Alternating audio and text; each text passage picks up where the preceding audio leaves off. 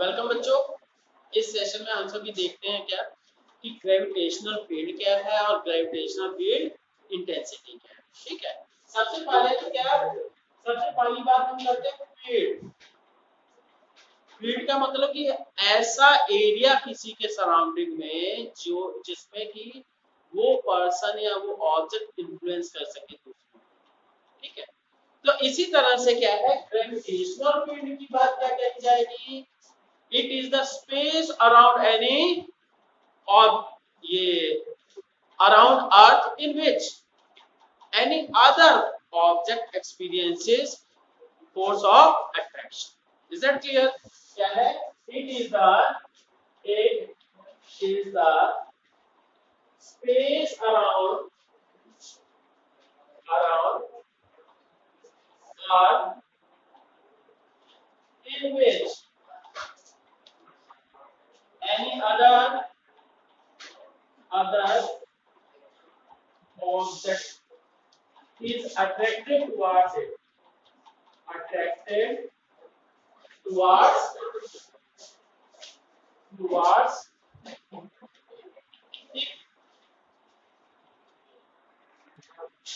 अब बच्चों देखते हैं थोड़ा सा कि ध्यान रखिएगा ग्रेविटेशनल फील्ड जो है। अब बच्चों थोड़ा सा ध्यान देने की जरूरत है, ग्रेविटेशनल फोर्स और ग्रेविटी में क्या डिफरेंस है।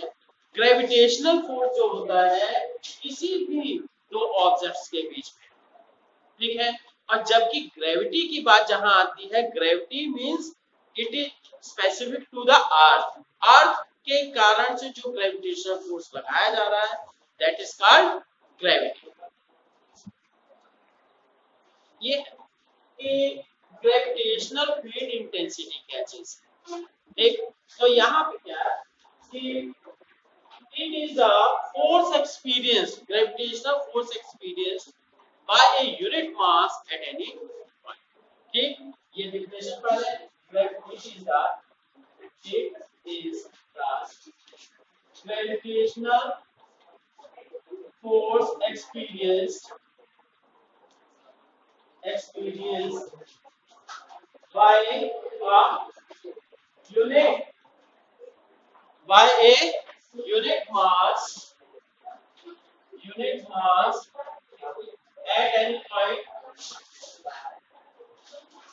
at any point in the gravitational field। ठीक है, तो आप जैसे देख लीजिए कि ये intensity is equal to F by small m, mass of the object. ठीक, तो यहाँ पे क्या है, ये मान लेते हैं कि this one is the earth. ठीक, यहाँ पे कोई पॉइंट P1 है, तो यहाँ से अर्थ के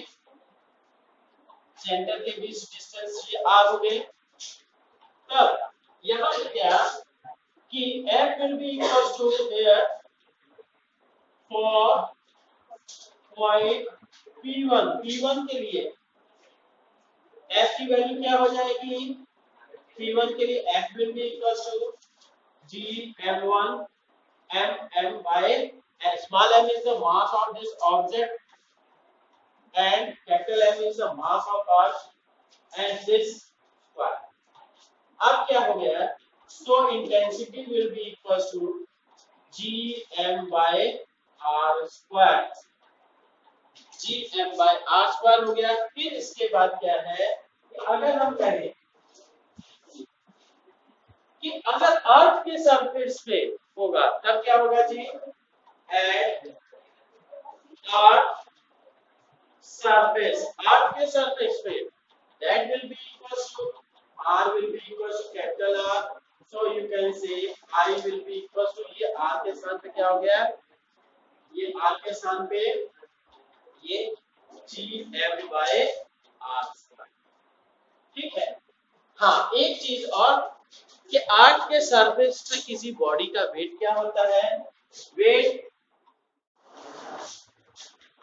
अगर कोई ऑब्जेक्ट क्या है या कोई ऑब्जर्वेशन पॉइंट अर्थ के सरफेस पे है at any point on earth surface, earth की सरफेस पे अगर कोई पॉइंट है तब क्या होगा जी, weight will be equal to m into g, mass will be sorry force, इसके ऊपर लगने वाला ग्रेविटेशनल फोर्स क्या होगा, g m by r square, तो दोनों को इक्वेट कर देते हैं, then g will be equal to gm by r। ठीक, अब यहां से क्या है, पिछला फॉर्मूला याद करके देखिए कि intensity clearly gravitational field intensity is numerically equal to the acceleration due to gravity, फिर I is equal to small g। ठीक, अब देखते हैं थोड़ा सा कि स्पेशल केसेस, अगर मान लीजिए ये कोई हॉलो स्फीयर है, ठीक, कोई हॉलो स्फीयर है और दूसरा क्या है, सॉलिड स्फीयर है, सॉलिड स्फीयर मतलब अर्थ मान सकते हो, तो इसके लिए क्या है, हॉलो स्फीयर के अंदर किसी पॉइंट पे ग्रेविटेशनल फील्ड इंटेंसिटी क्या होगी, जीरो होगी, क्योंकि वहां पे क्या है, आपको पता होना चाहिए कि इन्वेलप के कारण से फोर्स नहीं लगेगा, ठीक है, तो ये gravitational field intensity inside a hollow sphere ठीक will be जीरो। पर बच्चों एक चीज याद रखने की जरूरत है कि ये किसकी ग्रेविटेशन फील्ड इंटेंसिटी, अर्थ की नहीं,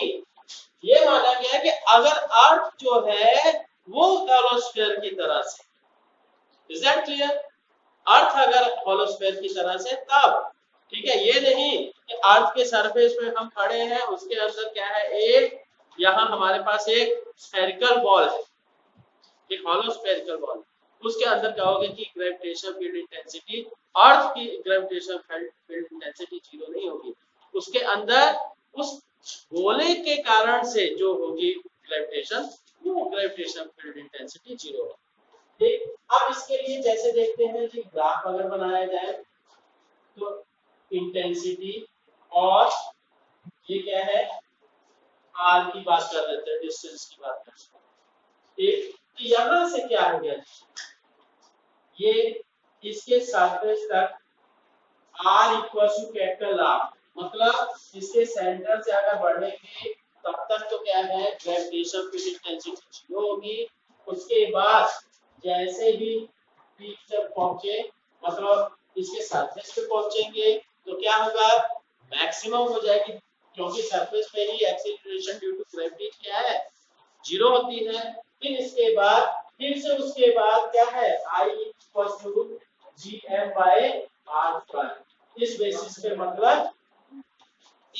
पे मतलब ये इंक्रीज होगा, is that clear, this will be the graph for this situation. अब हम सॉलिड स्फीयर की बात करें तो सॉलिड स्फीयर के अंदर जो है, अगर किसी पॉइंट पे, ध्यान दीजिए, अगर सॉलिड स्फीयर के अंदर किसी पॉइंट पे ग्रेविटेशनल फील्ड इंटेंसिटी करती है या एक्सीलरेशन ड्यू टू ग्रेविटी है, वो बाहर के एनवेलप के कारण से नहीं, केवल अंदर के स्फीयर के कारण से ही वहां पे इस पॉइंट पे ये ग्रेविटेशनल फील्ड होगा, ठीक है, एक्ट होगा, बाकी बाहर वाले एनवेलप के कारण से वो कैंसिल हो जाता है, तो इसलिए क्या है कि यहाँ पे कहेंगे कि इस केवल इसके कारण से हुआ, ठीक, तो यहाँ से ये भी कर सकते हैं, इसका क्या है कि gravitational field intensity will be only due to किसके कारण से जी, due to internal sphere, due to internal sphere, internal sphere के कारण से होगा, ठीक, एंड इसके लिए अगर ग्राफ देखा जाए तो क्या होगा जी, जैसे जैसे आपका एक्सीलरेशन ड्यू टू ग्रेविटी बढ़ता है उसी तरह से इसका क्या है फिर इसके बाद ऐसे this will be the acceleration due to gravity and this is the distance from the ये center of this sphere and this one is the and r equals to capital R। तो बच्चों एक चीज ध्यान देने की जरूरत है, सेम टाइप के ग्राफ आपको मिले होंगे एक्सीलरेशन ड्यू टू ग्रेविटी, इसी एक्सिस पे क्या है एक्सीलरेशन ड्यू टू ग्रेविटी रख दिया जाए, सेम ग्राफ मिलेगा। इसी तरह से क्लास 12th में uniform formally charge spherical shell के बारे में, तो वो भी इसी तरह का सेम ग्राफ बनेगा। ठीक है, ओके, थैंक यू।